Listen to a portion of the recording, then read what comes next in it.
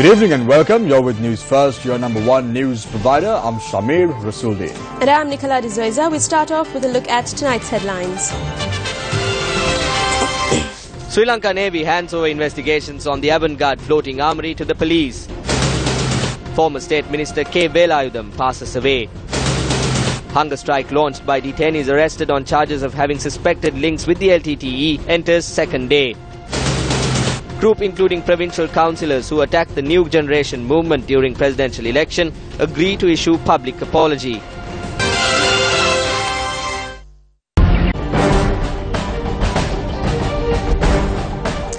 President Maithripala Sirisena has granted approval for the establishment of a trade union advisory committee at national level. This was following a meeting that took place between the President and a group of representatives of the trade union collective for a just society.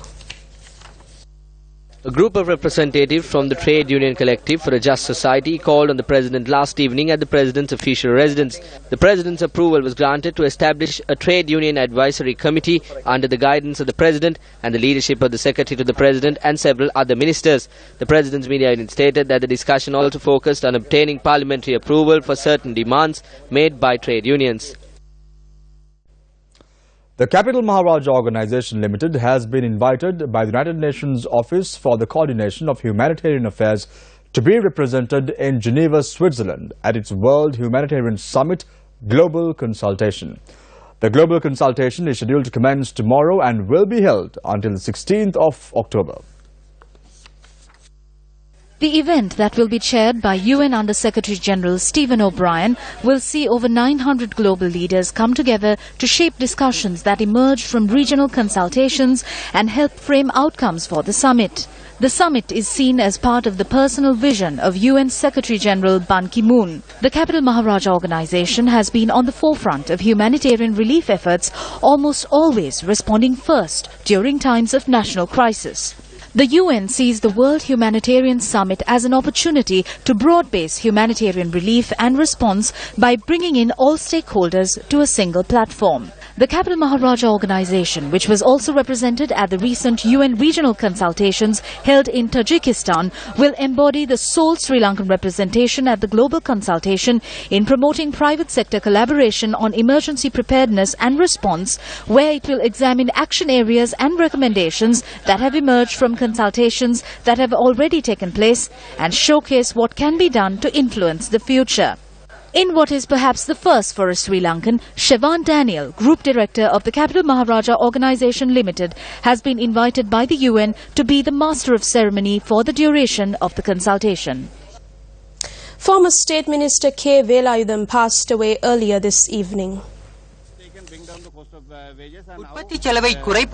According to family sources, K. Velayudham passed away while receiving treatment at a private hospital in Chennai, India. Born on the 6th of April 1950 in Udupusallava in the Uva province, K. Velayudham was a father of 4. He was 65 years old at the time of his demise. K. Velayudham, who served as the General Secretary of the Lanka Jatika Estate Workers Union, which was established in 1958, was elected to Parliament in 2000, representing the Badulla district. Over the past 40 years, the former State Minister played a vital role in the upliftment of the livelihood of the estate community. The detainees who were arrested on charges of having links with the LTTE continued the hunger strike for a second day today, demanding officials to secure their release. The family members and politicians carried out a number of activities today, urging authorities to expedite the release of their loved ones. Over 200 detainees arrested on charges having suspected links with the LTTE are held in the new magazine, Anuradhapura, Busa and Kaluthar prisons. A token strike was held in Jaffna to urge the government to expedite the release of these detainees. The token strike was organized opposite the Kandasamy Kovil in Nallur, Jaffna, with the participation of Northern Provincial Councillors and the relatives of the detainees.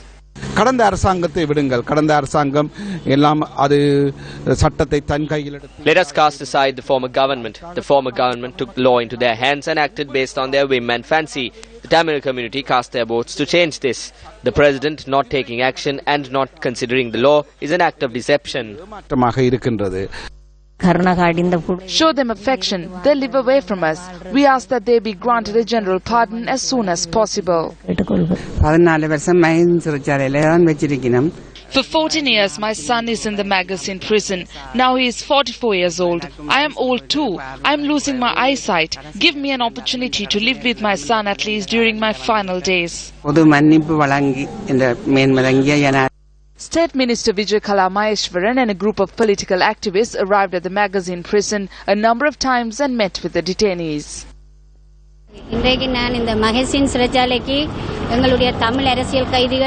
The detainees raised questions that if Shirani Bandaranaike was given a solution and if Sarath Fonseca was done justice, then why can't a solution be provided to the problem of the detainees?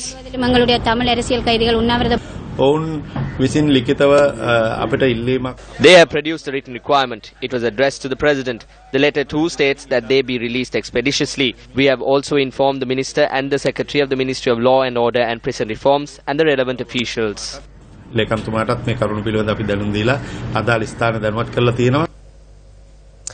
Defence Secretary Karuna Sena Hettiarachchi says that Avantgarde Security Services Private Limited misled the government and the Ministry of Defence with regards to its floating armoury. Police media spokesperson ASP Ruwan Gunasekara meanwhile said that investigations will be launched on the Avantgarde floating armoury, which was seized by the Sri Lanka Navy a few days ago. ASP Gunasekara said that the Sri Lanka Navy had lodged a complaint with the Galle Harbour Police over the matter today. The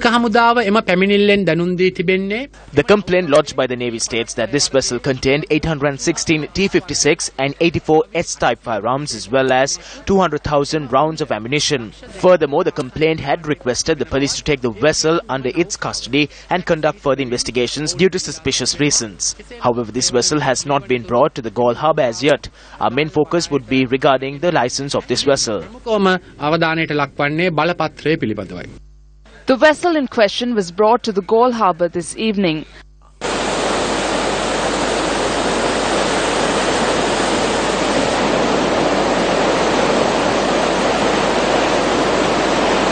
Speaking on our Newsline program aired on MTV this morning, Defence Secretary Karuna Sena Hettiarachchi elaborated on the new developments surrounding the floating armoury. Lanka is not the government of Sri Lanka. It's an institution coming under my ministry. So therefore, I think they may have various agreements, and the validity of such agreement also need to be looked into. It's a monopoly. And there were so many operators in these areas, particularly the sourcing the sea marshals, and those things were done in the past, but there have some, they have been, or rather say that they are out of the business. Some people, about 25-30 companies. So we are reconsidering that matter by the ministry, and also there are some requests. Also some other parties want to have floating armories, and they are making discussions with us. Generally, if you are going to do this kind of operation, they need to get the permission of the Ministry of Defence, and they should get the clearance. But in this instance, they have not got before they set forth. I see. Right? And that's a basic violation of our procedures. Right? Secondly, once the ship was very close to, almost in the very close to the what we call the territorial waters, Sri Lankan territorial waters. That time we were misled by this company and the captain of the ship. Almost all these things are in record, as well as they never declared that they have weapons in the vessel. Right. And they said that they want to unload or offload 3 sea marshals. So that's generally you can do it, no problem. Even you can unload the arms also, subject to the approval of the Ministry of Defence under the surveillance of the Sri Lankan Navy. Right. So that is what happened. And also the Ukrainian captain is not stated in their documentation. In their documentation, it's a Sri Lankan captain, one Captain Nanakara name was there. So these are all misleading the government and the Ministry of Defence. So that's a very serious offence that they have committed. So we'll be taking legal action accordingly. Meanwhile, addressing an event in Horana today, UPFA parliamentarian Vidura Wickramanayake charged that both parties have failed to take action against thievery. Over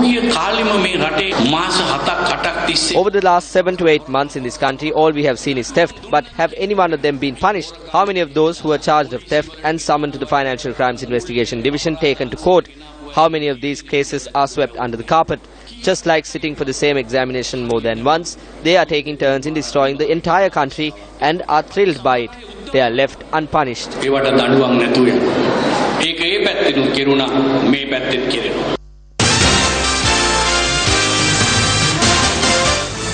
State Minister of Finance Lakshmana Pabewardena says that vehicle imports may have to be restricted due to the soaring number of vehicle registrations. Official government statistics indicate that the number of vehicles imported during the first 9 months of this year have surpassed the total number of vehicle imports in the year 2014. During the past 9 months, 491,632 vehicles have been registered, an increase of 62,076 vehicle registrations compared to last year. The highest number of vehicle registrations per month was reported in September, with the number standing at 15,107. However, during the same month last year, only 4,893 vehicles were registered. Vehicle imports taking place at present do not favour this country. We had taken this into account and noticed that this had attributed to the rise in traffic congestion. Therefore, I believe that this needs to be restricted. There needs to be limits on the vehicle imports that reach the country. The best step that we can take is to increase the taxes. Once the situation returns back to normal, we will facilitate the import of vehicles. We have been compelled to take several decisions as a ministry.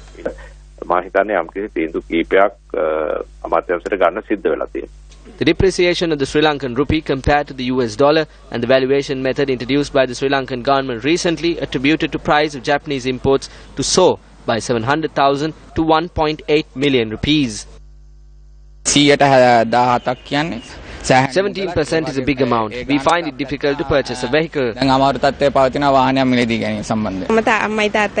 I came here with my parents to buy a car. They are pensioners, so we cannot meet these prices.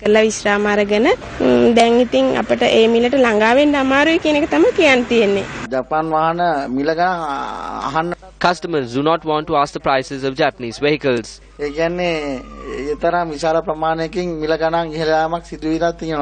It is impossible to pay such a duty on vehicles that we have to import.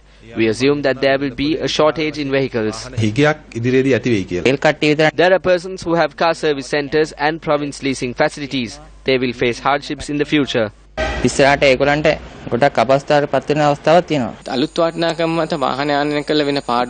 Rather than incurring losses by importing vehicles under the new valuation, it is more profitable for the importer to re-auction the vehicles in Japan. As importers, we see this method as a method of protecting the foreign currency and restricting the imports. The valuation system has been changed. We have provided proposals to be included in the budget to maintain a stale policy in this regard. Speaking to Newsfirst, Sri Lankan vehicle exporters in Japan said that they have been severely inconvenienced due to the new price formula and added that all orders had been cancelled. Welcome back to the news. A settlement was reached at the Kurunegala Magistrates Court today over the attack launched on a group of artists of the New Generation movement in Kubukkete, Kurunegala.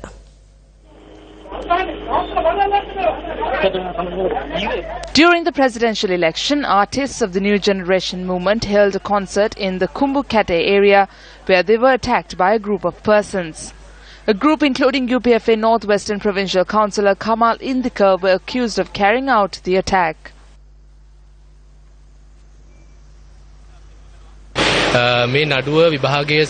When the case was taken up this morning on behalf of the defence, we informed court that we are ready for a settlement.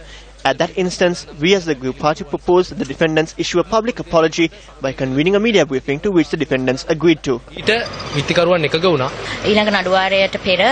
magistrate noted that this media briefing should be held before the next hearing, which will be taken up again on the 19th of November.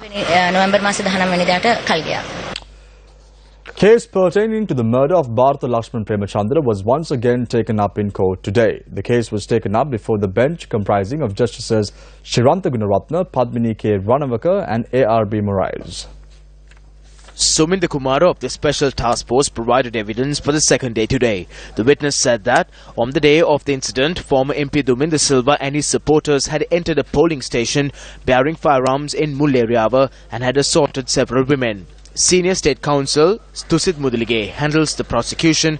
The case will be taken up for trial once again tomorrow.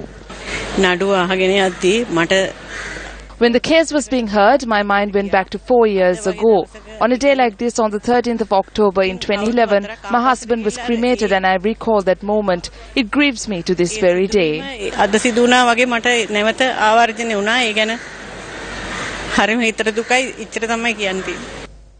With talks of introducing the capital punishment reaching new heights in society, the Department of Prisons has decided to call for interviews for the post of the hangman or the executioner. Commissioner General of the Department of Prisons says that it has received 24 applications for the post. The interviews for the 24 applications for the post of hangman or executioner took place today. The applicants were interviewed by a panel of officers representing the Ministry of Public Administration, the Ministry of Law and Order and Prison Reforms, and the prison's headquarters. Commissioner General of Prisons said that 14 applicants were called for an interview today. I applied for the post of executioner. I came here with much enthusiasm. I served in the ministry for over 15 years against the crime, drug peddlers and pedophiles. I have a vengeance against the drug peddlers. Therefore, if the capital punishment is not imposed, there is no need for the post of the hangman. Speaking to News First, the Commissioner General of Prisons said that 1,116 inmates are on death row. He added that 616 of these inmates on death row have forwarded appeals against the sentences. The applicants range from the ages 19 to 40. Although we filed the vacant positions on previous occasions, today these positions are vacant. Some have left the service. We do not seek for major qualifications. The educational qualification we look at is the grade 8 pass. In addition, we will look into the physical and mental status of the applicants. A meeting of senior drug enforcement officials of the Indian Ocean region commenced under the auspices of President Maithripala Sirisena today. This meeting will be held until the 15th of this month. I now call upon... The meeting is jointly organized together with the United Nations Office on Drugs and Crime and the Ministry of Defense and the Global Maritime Crime Program. The illicit drug trade involving the cultivation, manufacture, distribution and sale of substances strikes at the core of our societies and value systems, feeding on vulnerable segments and causing untold suffering and immense damage. Even during this short time in office, the President has clearly demonstrated his personal interest and commitment in getting rid of the drug menace from this country. Steps have also been taken to bring together various line ministries and agencies within government in order to have a more coordinated and cohesive response to this issue. In the last 3 years, there have been a substantial shift in the preferred routes for the smuggling of heroin in the global market. Some of the heroin is moved in shipping containers, and in many other cases, it is shipped in local trading doors with knowledge of the locally recruited crew. The problem that we face is a common one, and therefore we need to find common solutions. It is up to us in the region to ensure that a clear message goes to the traffickers that the Indian Ocean region will not tolerate them plying their trade either from a land or maritime route. One of the most important sea lanes of communication as well as the sea lanes of trade runs just south of Sri Lanka. It is important to note that we paid heavily for not paying attention to the maritime affairs in the past. However, we have new challenges now. As I always highlight, that we had a visible enemy out at sea prior to 2009. That is a terrorist group. But now, today, we don't have a visible enemy out at sea. No navy could place 100% surveillance in each and every square inch of the space, ocean space. I have cited few points as to why it is difficult to detect vessels smuggling drugs. These are areas that smugglers do focus. They exactly know how our weaknesses, what are our weaknesses, and capitalize on them. One of the major methods of trafficking drugs to Sri Lanka is through these fishing vessels. It is practically impossible to check each and every fishing vessel by the Sri Lanka Navy and the Sri Lanka Coast Guard. It is said that total heroin smuggled to Sri Lanka is estimated around 3,500 kgs per year.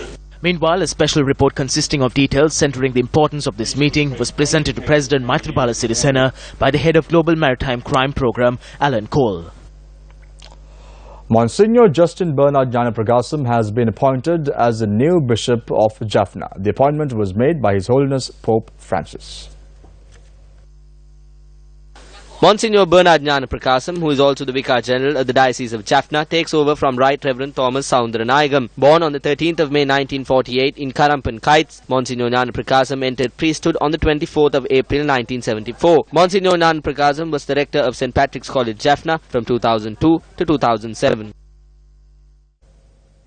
You are watching News First and we are still in local news. The eHealth Asia 2015 conference was held in Colombo this morning. The first conference in the series, which commenced in Colombo today, will conclude tomorrow on the theme ICT for Post-2015 Challenges. eHealth initiatives will give rise to robust health information system that provides comprehensive, accurate, reliable, relevant, accessible, timely and cost-effective health information for evidence-based decisions.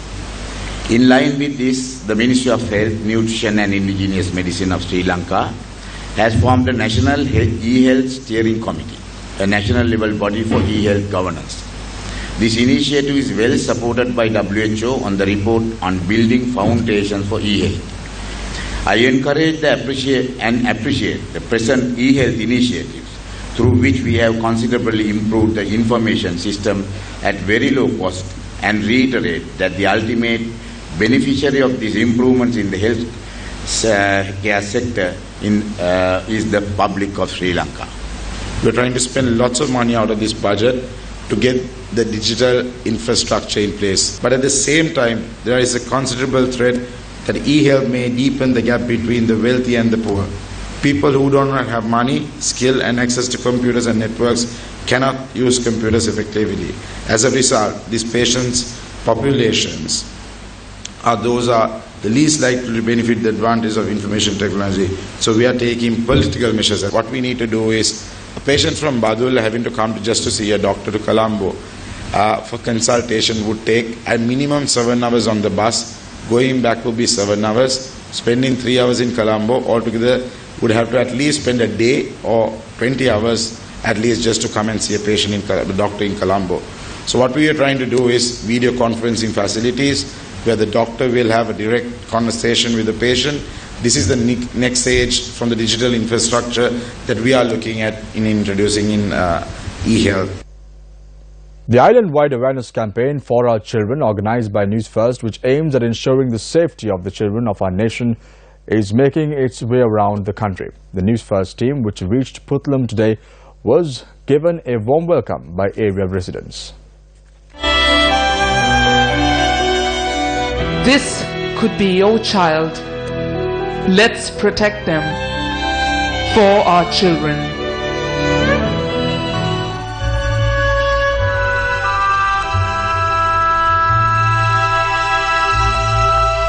This is how the people of Puttlam welcomed the For Our Children campaign, which is spreading the message of the importance of protecting the children of this nation. Residents of the area joined hands with us and participated in raising awareness on the importance of child protection by going from door to door. Both children and women are abused in various ways in the Puttlam district. It must be pointed out that this sort of awareness programs are not organized often by other media in the country. Therefore, we are thankful to the Sirasa Media Network. The program, which is being organized together with the Ministry of Law and Order and Prison Reforms, was hosted at the Puttlam bus station. The island-wide awareness program was not only limited to urban areas but also in remote villages. One such program was conducted in the Palugasegama area in Karuvalugaswava today. It is our children who will take on the future of this country that we are losing and are being destroyed. It may happen to our child or to another. It is all the same. We must understand this. Another phase of the campaign took place in Badulla today.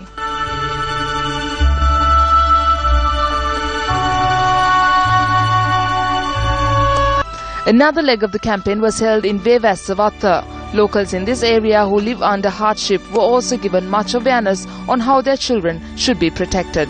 Our team arrived at the Badulla Bharati Mahavidyalaya and created awareness among the teachers and parents. Tomorrow, the For Our Children campaign is scheduled to get underway from Mihintale to Anuradhapura and in the vicinity of the Bandaravela town. This could be your child. Let's protect them. For our children. Nihal Sri Amarasekara, Chairman of Consultants 21 Limited, has been appointed as Sri Lanka Coordinator of the International Association of Anti-Corruption Authorities. Nihal Sri Amarasekara has been a member of the IAACA since its inauguration in October 2006. Nihal Sri is also an associate member of the American Bar Association, certified fraud examiner and a director of the International Consortium on Governmental Financial Management. IAACA, supported by the United Nations Office on Drugs and Crime, was inaugurated in 2006 to promote and facilitate the UN Convention Against Corruption, which came into force in December 2005. What is your secret to success? The main thing has always been to have a cause that I work for. So do your best and enjoy it. Secret to Success, every Monday, Wednesday and Friday at 8:55 p.m. on MTV. Well, that's a wrap of your primetime news for tonight. Thank you for joining us. For the Newsfirst team, I am Nicola Dizoiza. And I'm Shamir Rasuldeen. We'll leave you tonight with some footage of a daring bank robbery that took place at a private bank in the Dambulla town. Good night. A man with a hand grenade had entered the bank at around 9 a.m. and taken hostage on one of the employees before fleeing the premises. Police said that the suspect made away with over 700,000 rupees. He gave the teller a bag to fill it with money. The teller followed the instructions. He took with him an employee and fled in a three-wheeler. He stepped up into the three-wheeler and wanted to go to Anuradhapura. He got off after we passed the Bulagalu school on the Anuradhapura road. Then he told me to take the other gentleman back to the bank.